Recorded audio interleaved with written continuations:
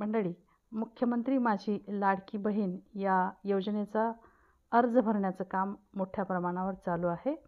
अर्ज भरताना माता भगिनींना अनेक अडचणींना तोंड द्यावं लागत आहे. त्यामुळे मी आज सुलभपणे अर्ज कसा भरावा आणि त्याच्या अटी-शर्ती काय आहेत हे मी सांगणार आहे. मी पुन्हा एकदा आपल्याला सांगणार आहे, योजनेचे लाभार्थी हे 21 ते 65 वर्ष वयोगटातील विवाहित, विधवा, घटस्फोटित, परित्यक्ता, निराधार महिला आणि कुटुंबातील एक अविवाहित महिला असा आहे. मंडळी, या योजनेचा अर्ज नारी शक्ती दूत मोबाईल ॲपद्वारे, पोर्टलद्वारे ऑनलाईन अर्ज भरता येतील किंवा ऑफलाईन अर्जसुद्धा तात्पुरत्या स्वरूपात आपल्याला भरता येतील. अर्ज भरताना मात्र आपल्याला दक्षता घ्यावयाची आहे.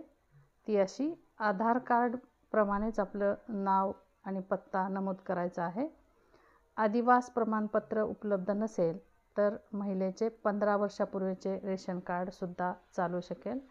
15 वर्षापूर्वीचं मतदार ओळखपत्र, जन्म प्रमाणपत्र, शाळा सोडल्याचा दाखला यापैकी कोणतंही एक प्रमाणपत्र चालू शकेल.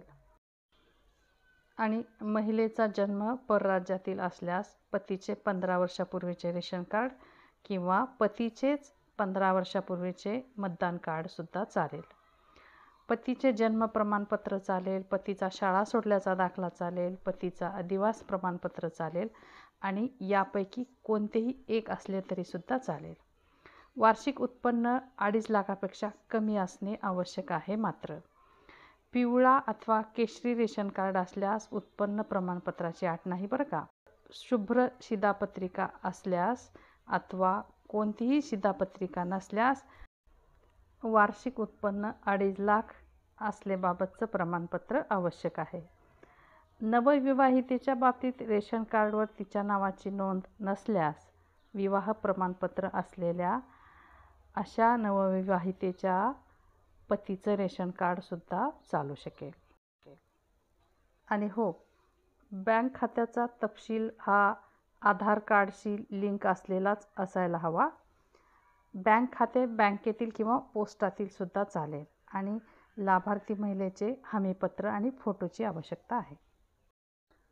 मंडळी, राज्यातील माता भगिनीच्या सक्षमीकरणासाठी महिला व बाल विकास विभाग, महाराष्ट्र शासन यांनी ही योजना आणलेली आहे. या योजनेचे उद्दिष्ट राज्यातील महिला व मुलींना पुरेशा सोयीसुविधा उपलब्ध करून रोजगार निर्मितीस चालना देणे, त्यांचे आर्थिक सामाजिक पुनर्वसन करणे आणि राज्यातील महिलांना व मुलींना सशक्तीकरणास चालना देणे. महिला आणि त्यांच्यावर अवलंबून असलेल्या मुलांच्या आरोग्य आणि पोषण स्थितीत सुधारणा करण्यासाठी ही योजना आणलेली आहे.